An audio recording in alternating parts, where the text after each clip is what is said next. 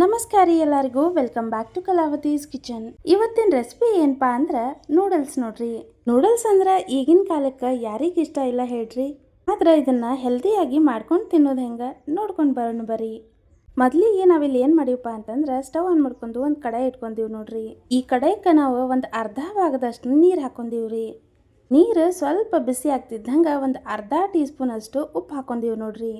ನೀವು ಯಾವಾಗಲೇ ಇಂಥ ಒಂದು ನೂಡಲ್ಸ್ ಮಾಡಾಕತ್ರಿ ಅಂತಂದ್ರೆ ನೀರೊಳಗೆ ಉಪ್ಪು ಸೇರಿಸ್ಕೊರಿ.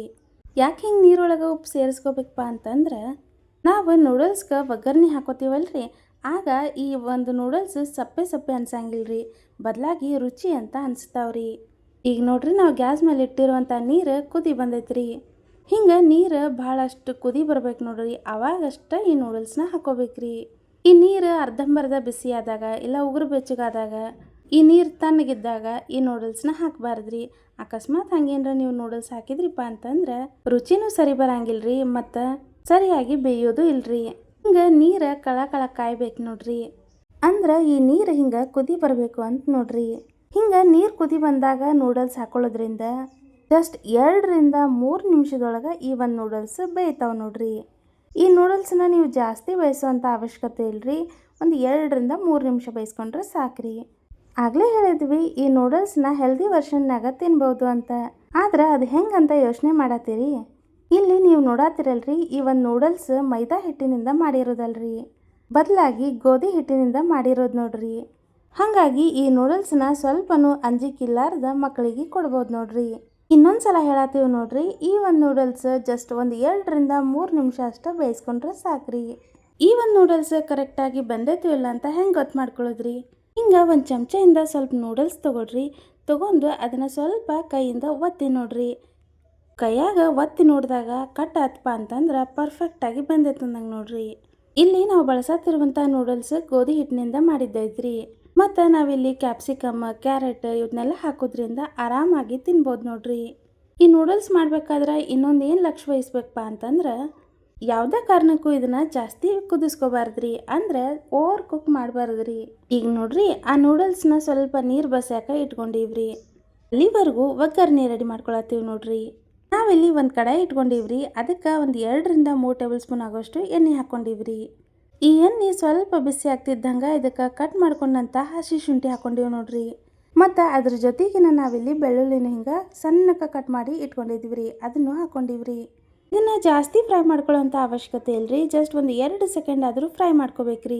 ಹಿಂಗೆ ಇವನ್ನ ಫ್ರೈ ಮಾಡ್ಕೊಂಡಾದ ನಂತರ ನಾವು 2 ಮೆಣಸಿನ್ಕಾಯಿನ ಹಿಂಗೆ ಸಣ್ಣಕ್ಕೆ ಕಟ್ ಮಾಡ್ಕೊಂಡಿದ್ದೀವ್ರಿ, ಅದನ್ನು ಇಲ್ಲಿ ಹಾಕ್ಕೊಂಡು ಹಿಂಗೆ 1 ನಿಮಿಷ ಫ್ರೈ ಮಾಡ್ಕೊಳತ್ತೀವಿ ನೋಡ್ರಿ.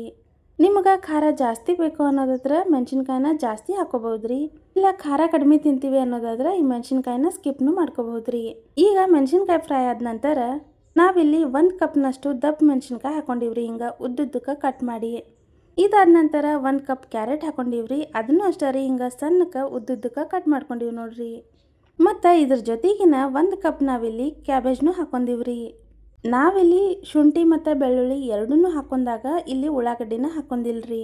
ಕ್ಯಾಬೇಜ್, ಕ್ಯಾರೆಟ್, ಕ್ಯಾಪ್ಸಿಕಮ್ ಇವನ್ನೆಲ್ಲ ಹಾಕೊಂಡಾಗ ಯಾಕೆ ಹಾಕೊಂಡಿವಪ್ಪ ಅಂತಂದ್ರೆ ಇಲ್ಲಿ ಹಾಕಿರುವಂಥ ಎಲ್ಲ ಪದಾರ್ಥಗಳನ್ನು ನಾವು ಹಸಿಯಾಗಿ ತಿನ್ಬಹುದ್ರಿ, ಮತ್ತು ಎಲ್ಲರೂ ತಿಂದಿರ್ತೀವ್ರಿ. ಹಂಗಿರುವಾಗ ಇವನ್ನ ಜಾಸ್ತಿ ಫ್ರೈ ಮಾಡಬಾರ್ದ್ರಿ. ಹೊರಗಡೆ ಸಿಗೋ ನೂಡಲ್ಸ್ ರುಚಿ ಚಲೋ ಇರುತ್ತೆ, ಮನ್ಯಾಗ ಮಾಡೋದು ಟೇಸ್ಟ್ ಇರಂಗಿಲ್ಲ ಅಂತ ಯಾಕೆ ಅನ್ಸುತ್ತಂದ್ರೆ ಇದೇ ಕಾರಣಕ್ಕೆ ನೋಡ್ರಿ. ಯಾಕಂದ್ರೆ ನಾವು ಒಗ್ಗರಣೆ ಒಳಗೆ ಈ ಉಳ್ಳಾಗಡ್ಡಿ ಹಾಕೋತೀವ್ರಿ, ಮತ್ತು ಹಾಕಿರುವಂಥ ಎಲ್ಲ ಕಾಯಿಪಲ್ಯನೂ ಚಲೋ ತಂಗಿ ಫ್ರೈ ಆಗಲಿ ಅಂತ ಉಪ್ಪನ್ನು ಸೇರಿಸ್ಕೋತೀವ್ರಿ. ಇಲ್ಲಿ ಎಲ್ಲರೂ ಮಾಡುವಂಥ ಮಿಸ್ಟೇಕ್ ಇದೆ ನೋಡ್ರಿ. ಇಲ್ಲಿ ಉಳ್ಳಾಗಡ್ಡಿನೂ ಈಗ ಸೇರಿಸ್ಕೋಬೇಕ್ರಿ ಎಲ್ಲ ವೆಜಿಟೇಬಲ್ಸ್ ಹಾಕೊಂಡಾಗ. ಮತ್ತು ಇಲ್ಲಿ ಹಾಕಿರುವಂಥ ಎಲ್ಲ ವೆಜಿಟೇಬಲ್ಸ್ನು ಒಂದು 2 ನಿಮಿಷ ಫ್ರೈ ಮಾಡ್ಕೊಂಡ್ರೆ ಸಾಕಾಗತ್ರಿ. ಹಿಂಗೆ ಫ್ರೈ ಮಾಡ್ಕೋಬೇಕಾದ್ರೆ ಯಾವುದೇ ಕಾರಣಕ್ಕೂ ಉಪ್ಪು ಸೇರಿಸ್ಬಾರ್ದ್ರಿ.